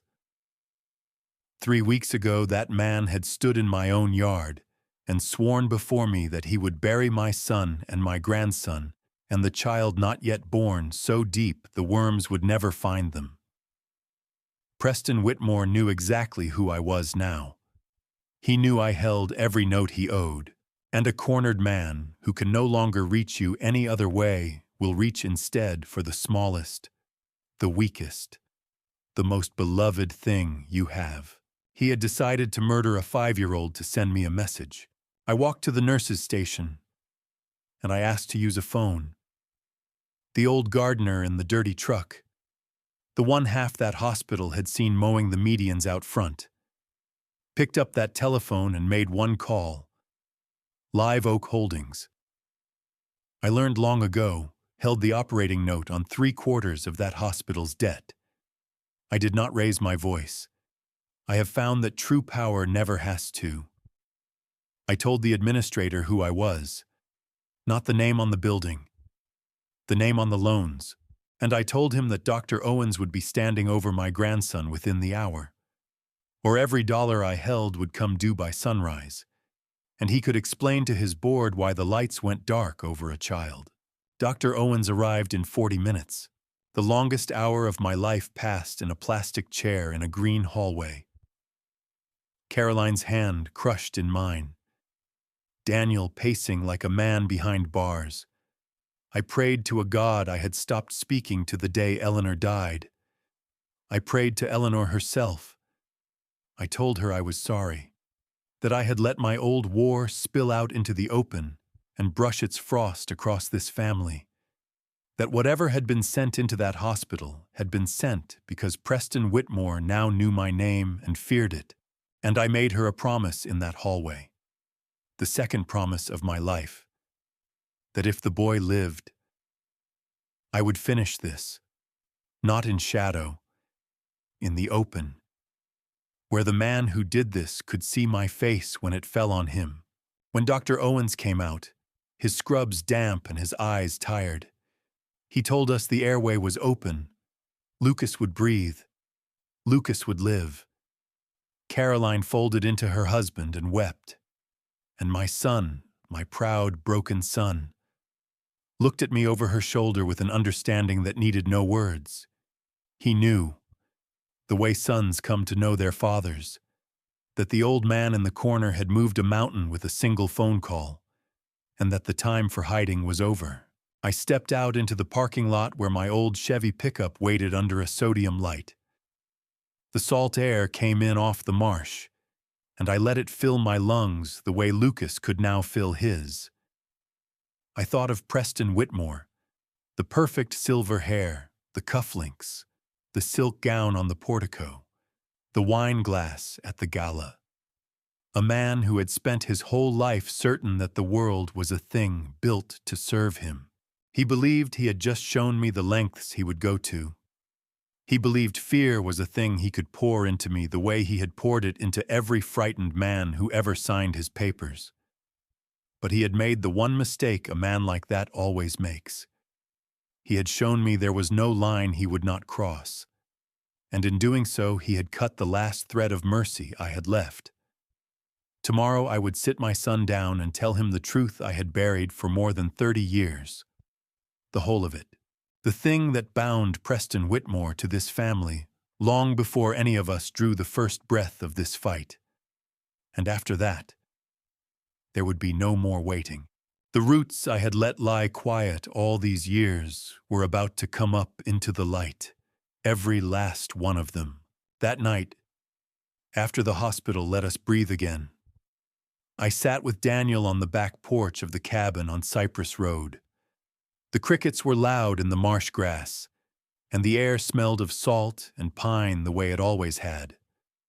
Lucas was sleeping inside, small and warm under his grandmother's old quilt, and Caroline had finally closed her eyes in the rocking chair beside him.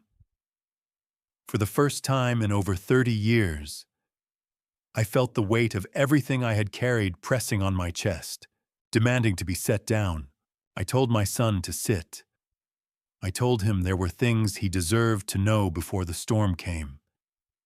Things I had buried so deep I had almost convinced myself they were dead.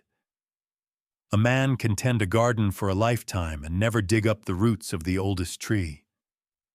But some roots, I have learned, do not rot. They wait.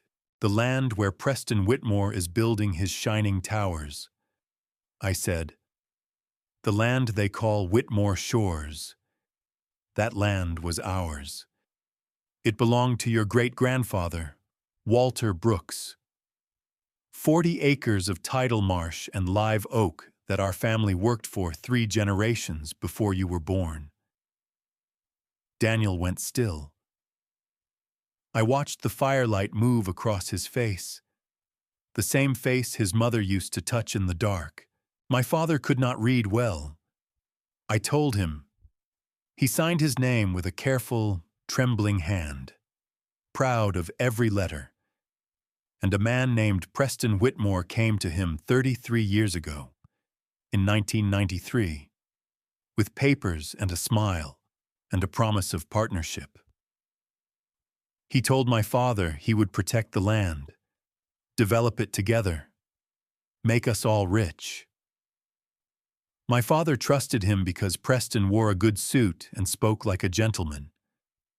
By the time we understood what the papers truly said, the deed was gone, stolen with ink and lawyers and a forged signature that my father swore to his dying day he never made. I want you to understand what I was in those days. Son, I was not the man you see now. Live Oak was barely a seedling then. A borrowed mower and a few sour acres of marshland nobody else wanted. I had a little, but I had nothing that could stand against a man like Preston Whitmore, who was already rich, already wired into every courthouse and county office in this state. We hired the one lawyer we could afford, and Preston buried him under a mountain of paper and motions until our money ran dry and the man quit. We had no name that any court down here would listen to, and not enough left in the bank to make them listen. So we lost. And my father, who had worked that ground with his own 2 hands his whole life, sat down in a rented room and let the grief eat him until there was nothing left to bury. That was the day Live Oak stopped being a living and became a vow.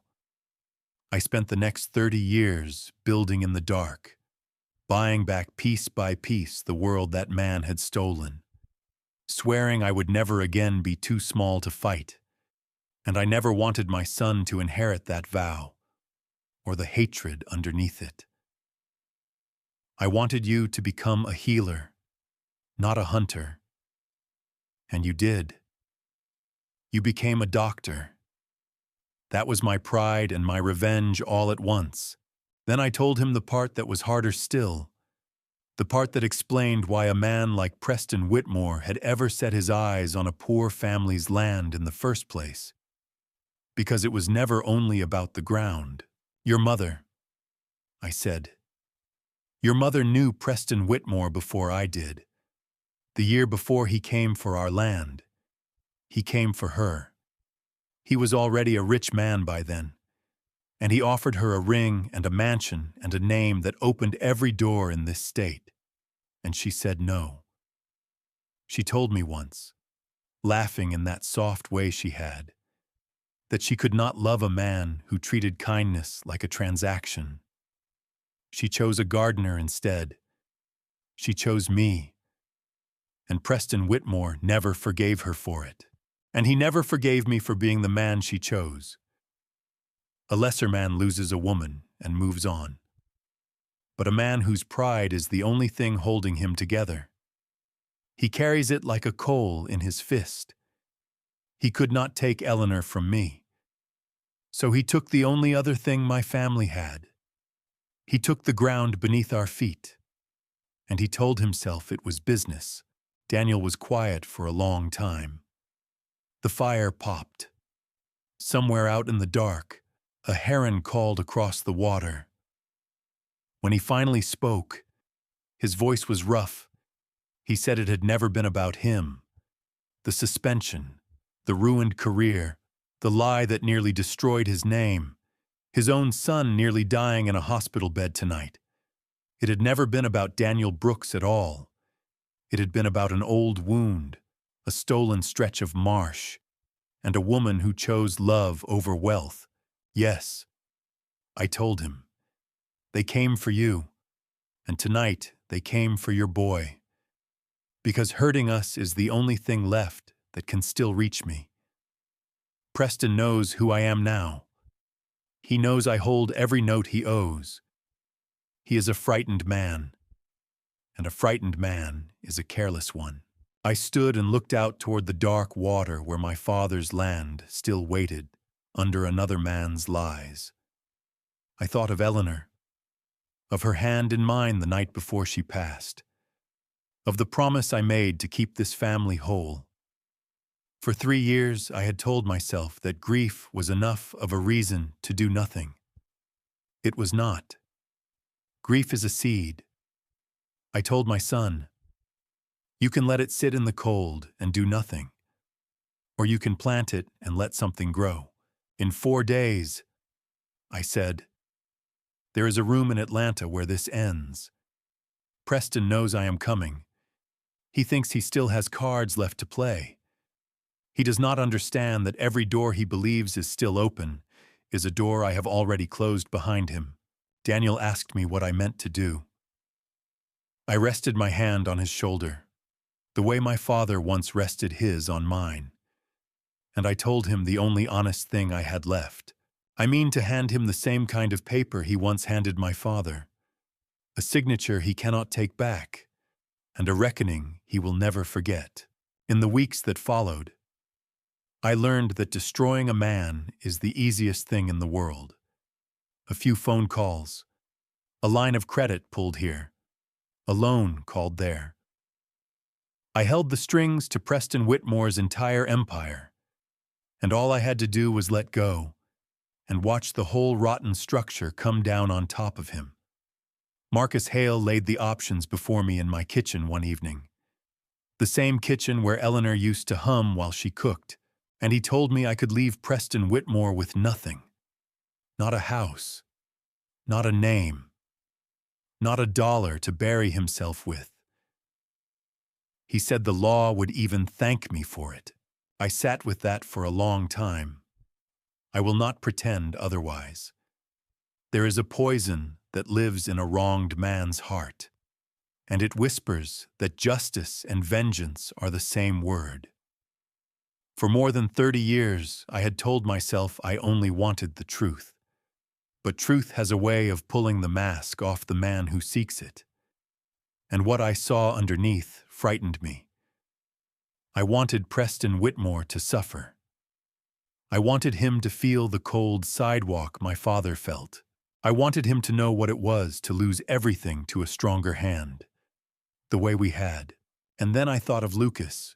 I thought of my grandson in that hospital bed, the machines breathing for him, his small chest rising only because a frightened administrator had finally been made to let a doctor do his work. I thought of how close that man's cruelty had come to taking the last good thing this family had grown. And I understood, sitting in Eleanor's kitchen, that a man who plants his garden in poisoned soil will harvest nothing but poison, no matter how good the seed. If I ruined Preston Whitmore the way he had ruined us, then his hatred would simply pass to me. the way a blight passes from one tree to the next.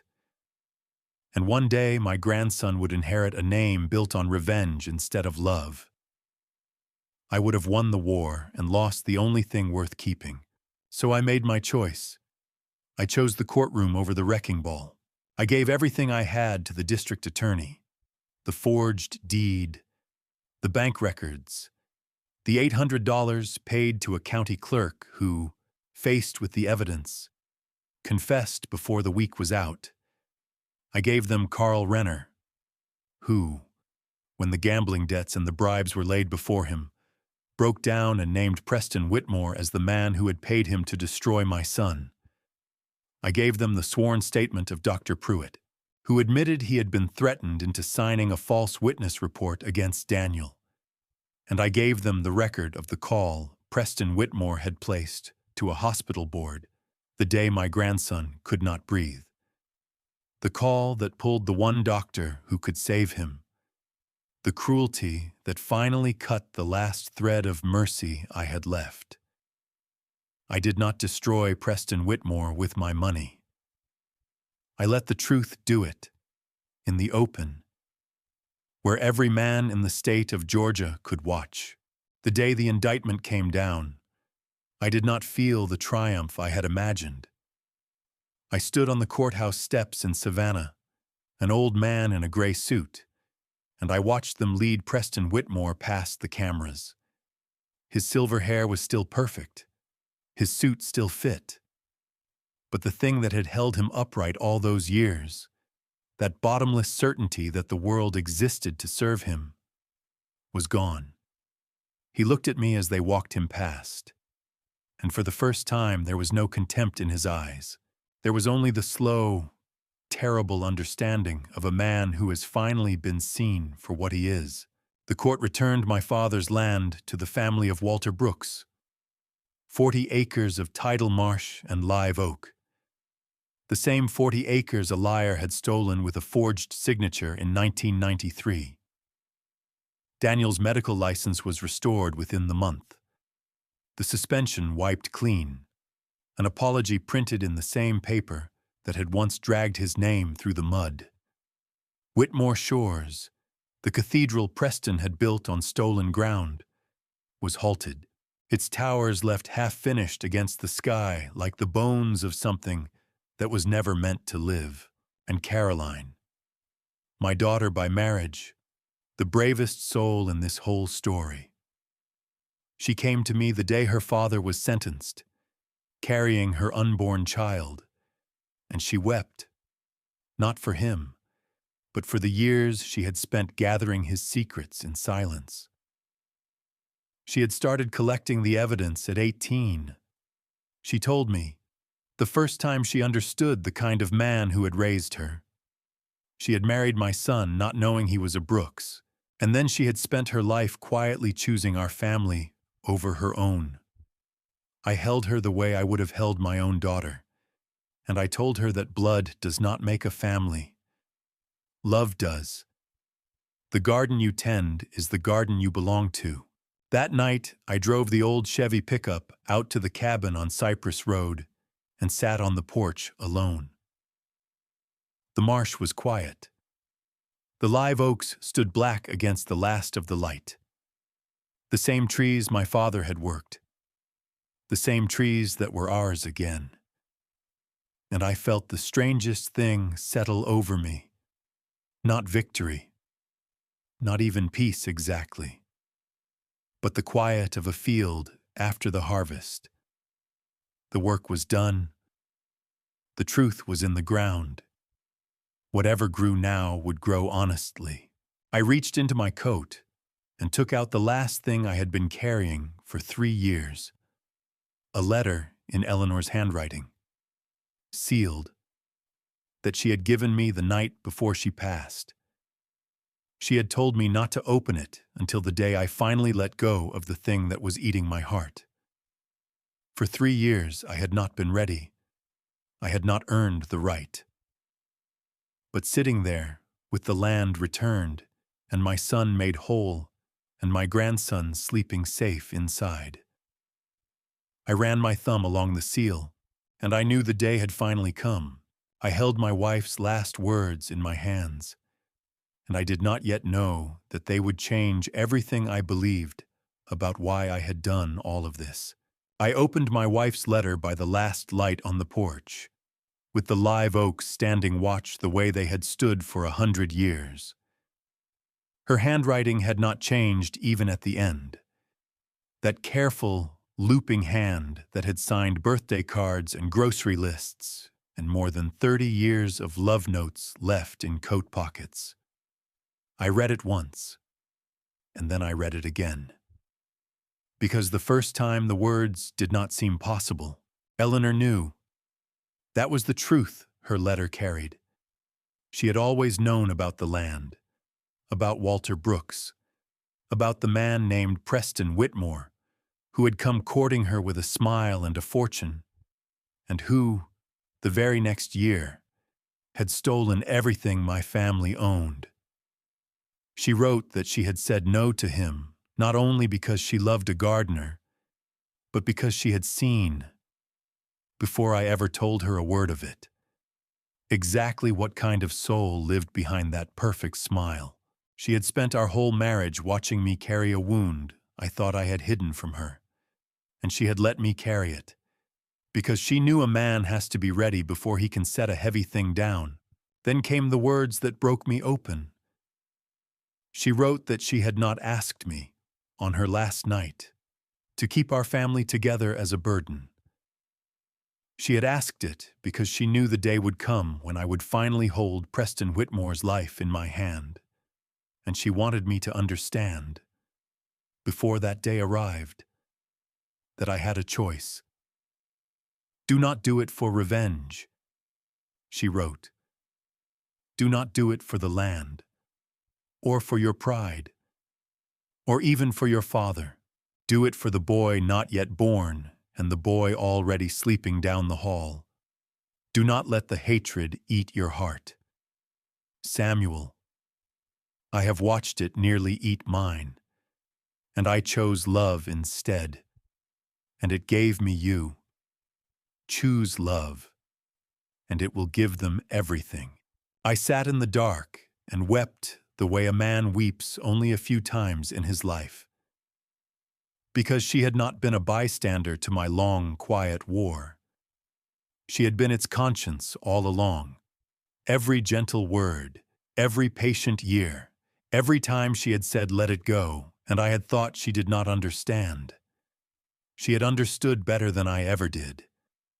She had been steering me, across all the years we had, and 3 years of grief besides, toward the choice I finally made on the courthouse steps, the justice instead of the ruin. I had thought I chose it for Lucas, but she had planted that choice in me long ago, and only let it bloom when I was old enough to know what it was. 3 months later, the marsh turned green again.